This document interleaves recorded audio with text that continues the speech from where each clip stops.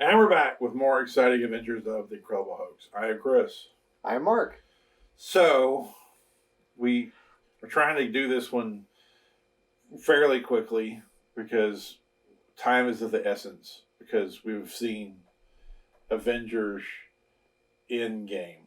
Yeah. Or is it the Avengers Endgame? Is there more to the name than that? Because all these damn franchises name out. No, currently it's Avengers Endgame. Avengers Endgame. Yeah, okay, I didn't know if I missed like Part 7. The Awakening. Colon, that. Okay. Right.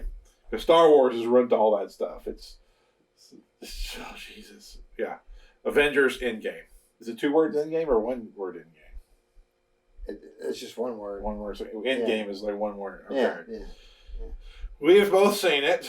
We've only talked about it sparingly, about what our opinion is. So what was your thoughts on Avengers Endgame? Okay. What we're going to do is the first 2 minutes I suspect will be non-spoilers. Okay. Then after that we're going to go into spoiler territory. So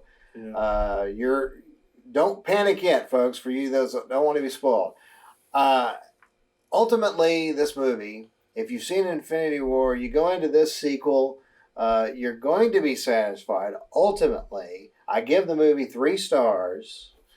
The movie will try your patience. And when you see it, that will kind of speak for itself. Slow going in places.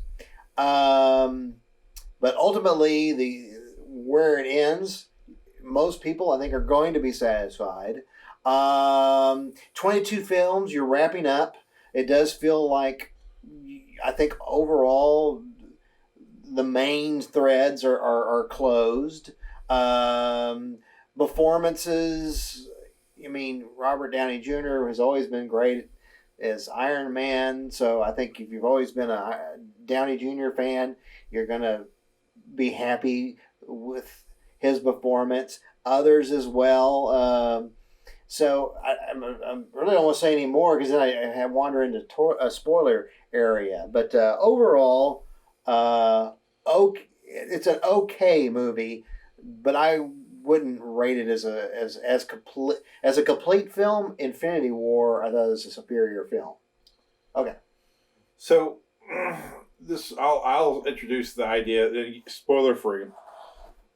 To me, it's almost like you have to review the movie twice. Once I have to submit a review as the conclusion of the MCU Iron Man, Captain America, Avengers chapter, whatever. I don't know what they call it. Phase 1. I don't know. They were using phase numbers. I don't know where that stands now. I don't know what phase it's the end of phase 3. Yes. All right. So this is the end of what we started with, and we're going into new territory with new characters and stuff. Right.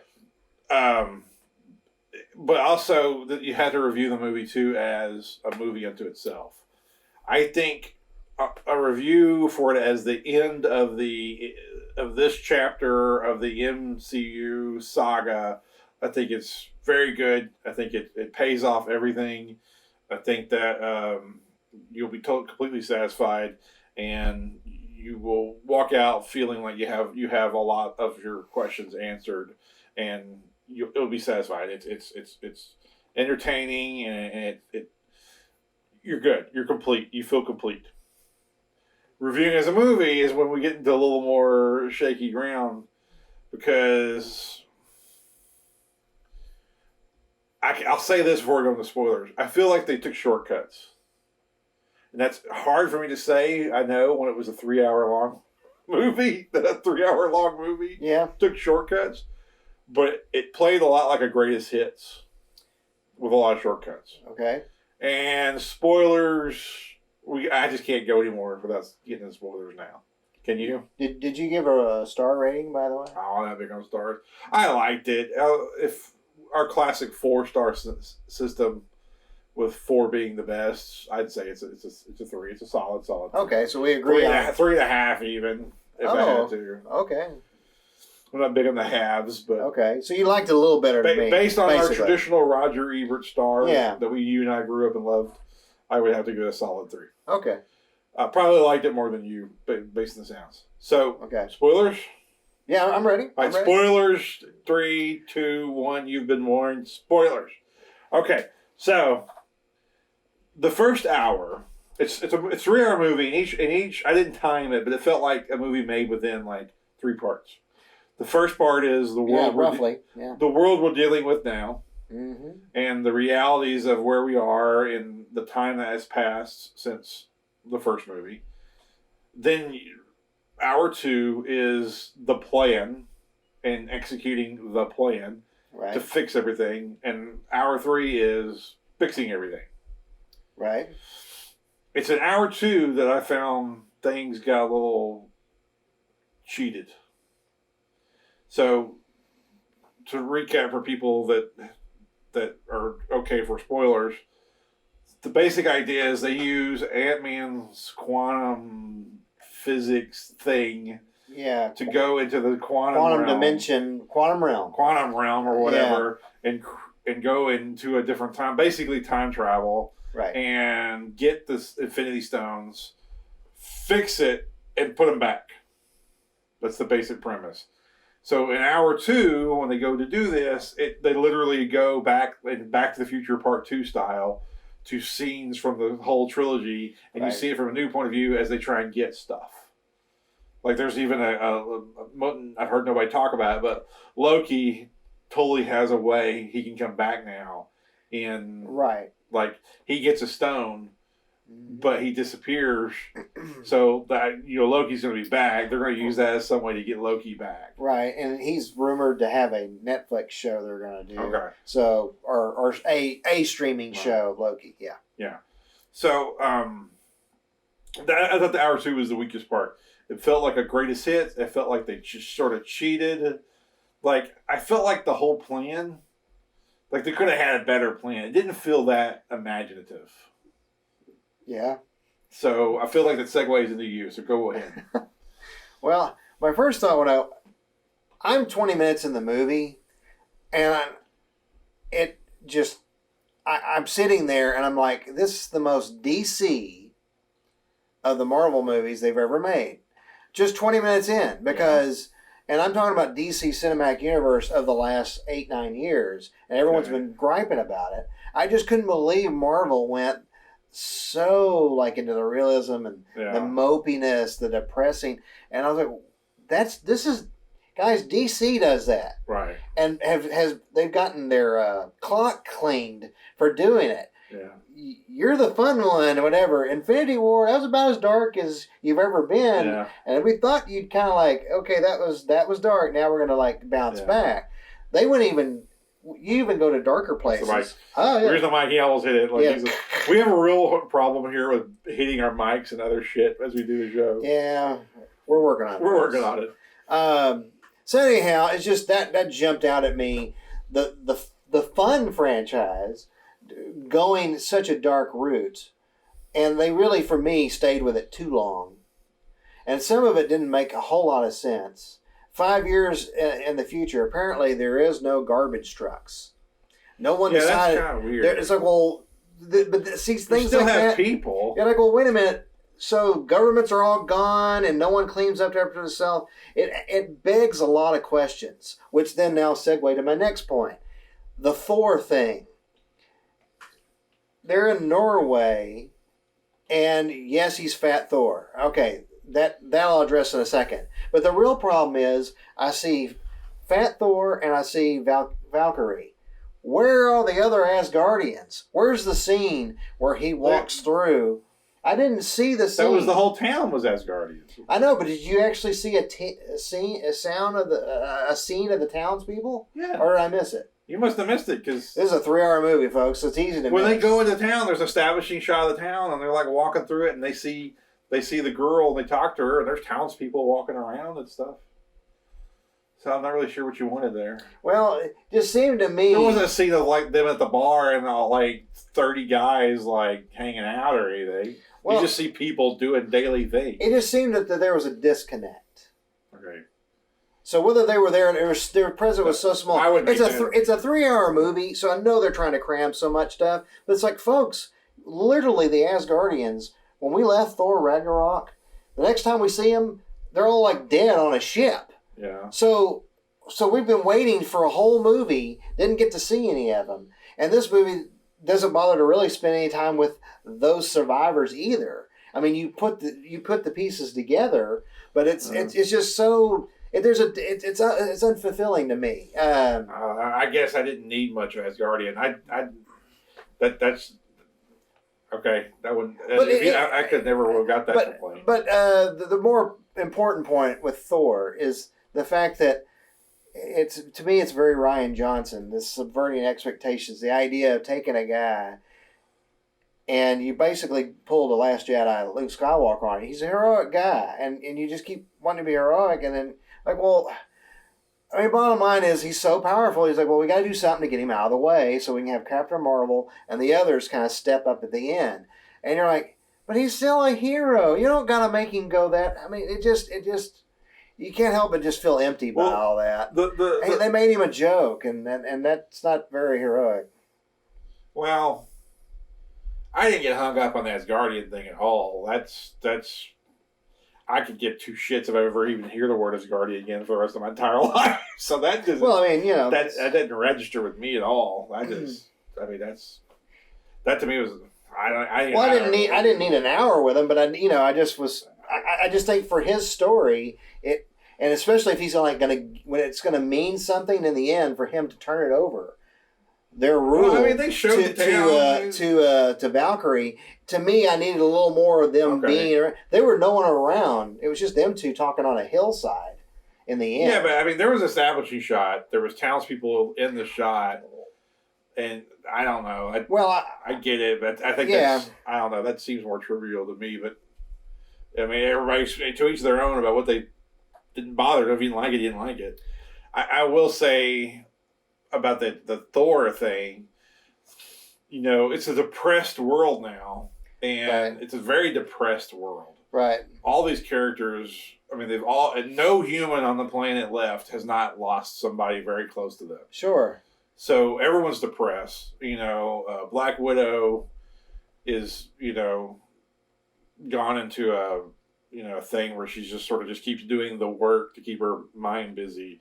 Right. Hawkeye is now killing off bad people because it's not justice that all these good people left and you're still here, but you're doing bad things. Right. It's not fair that bad people got spared. And then Thor has literally lost his entire family. There's no one left. His dad, his mom. Yeah, they're all gone. Loki, they're all gone. Right. The only one who actually has improved personally in the past 5 years is Iron Man. Mm-hmm. And that's the irony of Iron Man is he's the one that has to sacrifice his life to bring everything back. So, that's the irony of it. Sure. So, I don't know. I didn't get hung up on those factors like you did. I none of that registered with me at all. I was more hung up on the fact that from a filmmaking point of view, I thought they took the cheap way out. And there's something that we really got to get to. I will never forgive myself if we do this review. Sure, go ahead. We'll get to this. Yeah. There's a lot of shots, especially in the final battle, that look like they just had the actor on set for like a day, and they got a whole bunch of poses with them of their face, and then just cartooned CGI'd in that their body in the battle. Yeah, yeah. And that's it goes for like Chris Pratt, and there's like a ton of them. It felt that way. It felt like a product, not so much a movie. Mm-hmm. In the final battle. Right. Then the worst shot of the entire fucking Avengers ever is the Schindler's List shot. So Iron Man is dead, and they put his wreath thing out to the lake to send it off, and the camera pans just like a Schindler's List, and you see all the heroes. And it looks like every motherfucker showed up one day by themselves, and they green screened them and put them in. Sure. They did not have those 20 A-list stars on set the same day. I guarantee you they didn't. Wherever they shot this lake at and stuff. And the shot looked like it. It looked like Chris Pratt came there at his lunch hour from another movie. Right. And this other guy came in, on Sunday, and it's so bad. And Maybe if I saw it in IMAX and 3D, it would have played better. But watching it in regular 2D showing, I was like, it took me out of the moment because it was supposed to be your Schindler's List shot. Yeah. And I'm like, this is so fucking bad. And like, it's just, I don't know, it didn't work. So that's what I'm saying. As the MCU chapter closing, I got no complaints. Mm-hmm. As a movie unto itself, there's some things that could have been better. I think basically the short version is, for me, what it comes down to is I don't think the way they brought them all back was particularly clever.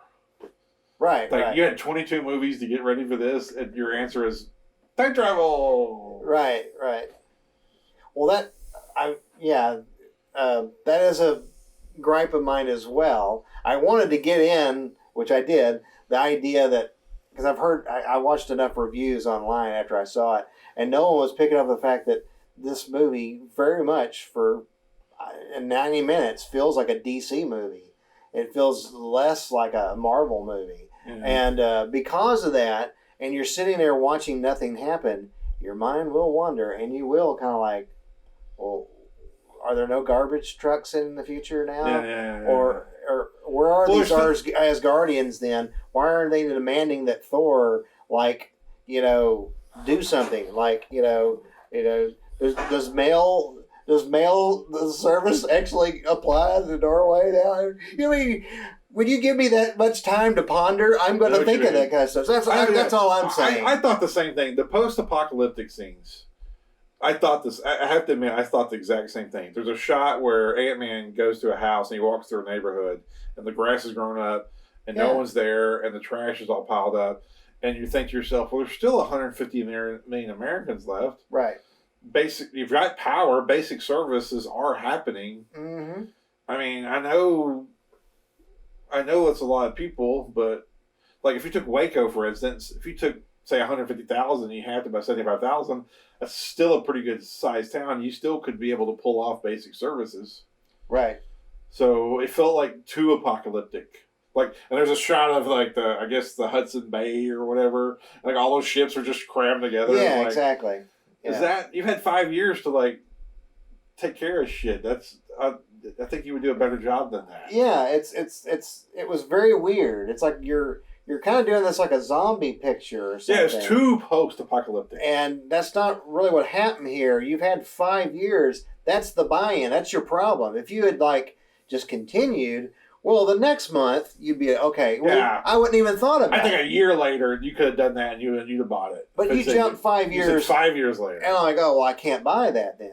But then before we leave, the whole time travel thing, they spent a year denying. And interviews are like, oh, we're not doing it, suggesting they had a better idea. Yeah. I mean, we watch the movie and you're underwhelmed because you're like, oh, you didn't have a better idea. Yes, it's the quantum realm or whatever it is. It's a different name, but it's still time travel. And I just was underwhelmed by it. I mean, I can understand the fun of it, but it was just, to me, it was just not very... And I thought the same things. I didn't think it was very clever or imaginative. I was just underwhelmed by all that. To segue now into the things I did like, so we don't leave just totally ripping the movie that I'm giving thumbs up to. I did like the ending. The third chapter, the third act was, like Return of the King or something. Very just kind of really big, and everyone shows up.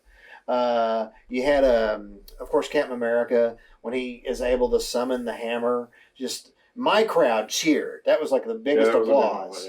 The second big applause was when Spider-Man came back, and so if your theater was similar to mine, then those were the two big applause lines. Yeah, that was a big one. And so those were gratifying things. I had no problem with the. Did you tear up? Which any part? Did you tear up in the movie?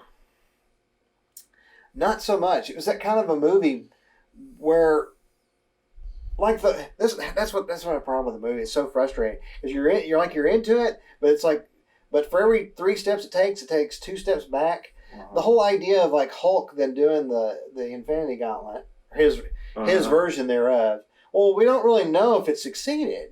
So when they start showing up, you're like, oh, okay, I guess it did work. But it's odd, you know. It should have been a more like crescendo moment, but instead it's just like, oh, it worked.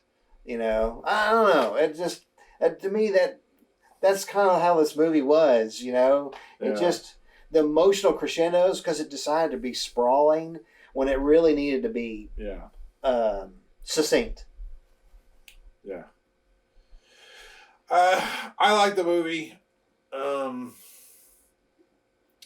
Thought in the big ending, the big battle when the Avengers showed up. I mean that kind of got me a little bit. That I kind of had to fight the tears with the big battles happening, and then all of a sudden they're reinforced by all the people that come back, and they immediately jump into the game. Yeah. And, Avengers assemble. Yeah, that's a great moment. And that was a great moment. You know, Iron Man when he sacrificed his life, that got me. I thought that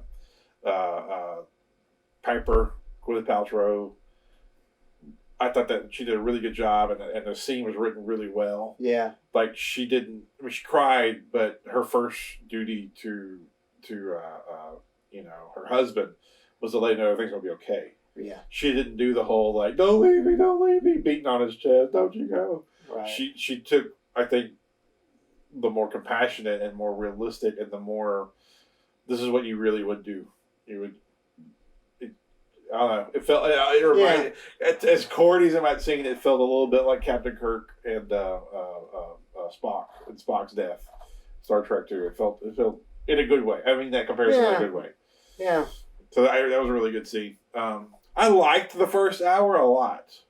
I liked hour 1 better than hour 2. Okay. I liked the whole post-apocalyptic. I understand the realism thing aside, which I had the same realism complaint, but just taking it as it was, I liked the scene with Captain America at a self-help group.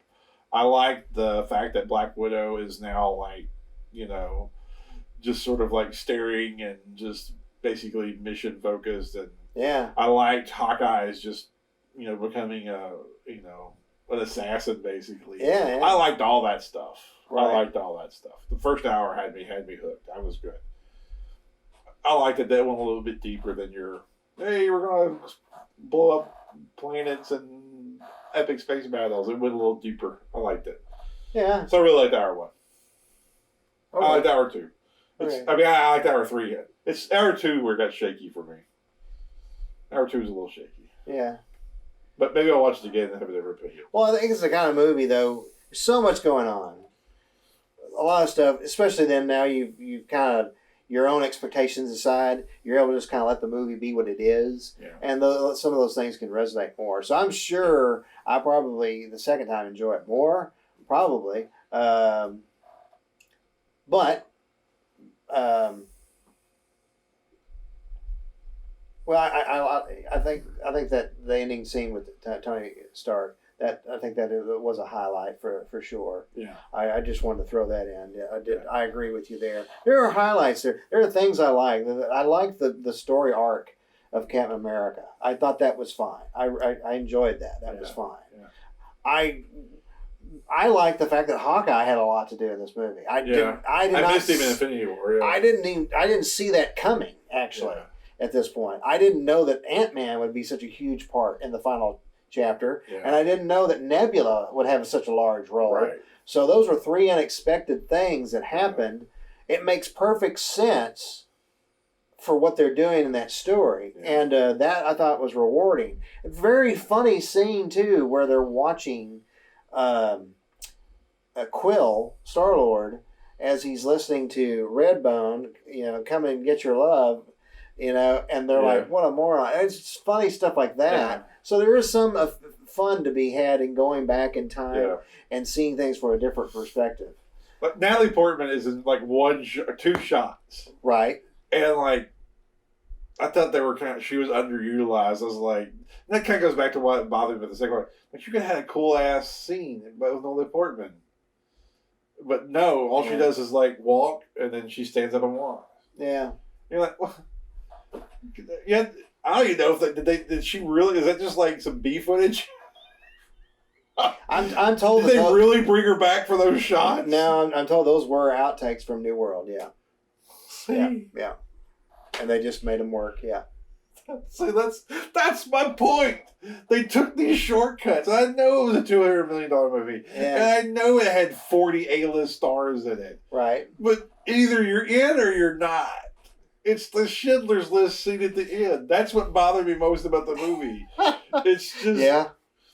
if you couldn't have showed up in fucking Wisconsin or wherever they shot that damn scene, flew in, spent 2 days, got the shot, Yeah. then fuck off and don't even bother being in the movie. Yeah.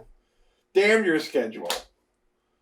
Well, that's what in a way that we think about in retroactively is the genius of New Line producing 3 movies at once, like Lord of the Rings, Yeah. and having that whole cast together, and many of them unknowns, but Yeah. but taking that gamble. But that way, all that cast was all the way together. They're actually in New Zealand in the middle of nowhere, And then and they're really shooting all that stuff and you together. can see that that's them in like Yeah. the background when you have like this other actor and you have like whoever in the background doing Right. just menial things. Like that pays off for that reason. But Yeah. now you've got, Chris Pratt is a giant A-list star. You've got Mhm. all the Avengers are all A-list stars. Having all these mountains of A-list stars and the Oscar nominations. These are like Yeah. the creme de la creme of Hollywood. And I know scheduling is a nightmare for this, but the Schindler's List shot bothered the shit out of me. Yeah. And the problem, I think what bothered me most is I knew they were going for the Schindler's List shot. They wanted it to be powerful. Right. But I could tell, correct me if I'm wrong, but I would have to be proven to me that they had all those people there. It has to be proven to me they had all those people there for that. Yeah, I don't think there's any way that they were all there. Oh, No, I don't believe that at all. I think it was a CGI created shot. No. Yeah. It's a good movie overall, but but there are some frustrating elements which we have laid out. But ultimately, I feel good at the end where Captain America ends. Yeah. The Iron Man ending was kind of foretold in the first Avengers because you thought in the first Avengers he was going to die. Yeah. So there's that kind of telegraph that he was going to have to sacrifice himself eventually, and he was willing to do so there, and it was going to have to be a similar act in this film. So yeah, overall it works. It's just you kind of like, wow, it's weird that y'all were inspired by Star Trek Voyager's finale, Star Trek Next Gen's finale with all the time travel stuff, and then Dark Knight Rises, because those were like 3 big influences on that movie, and no one convinced me otherwise. Like, you had to have seen those three two series finales and 1 movie. Had to have seen them, because they played they're so similar. Wow. Yeah. All right, I think my card's about to run out. So Okay. we're gonna call. I think that's weird. I think I'm up with the wrong card in here. But anyway, 30 minutes. Avengers Endgame. That's our thoughts. I'm sure you'll hear us vent about it or praise it more in other shows. But Oh yeah. that is our first take on First take. Avengers Endgame. So you.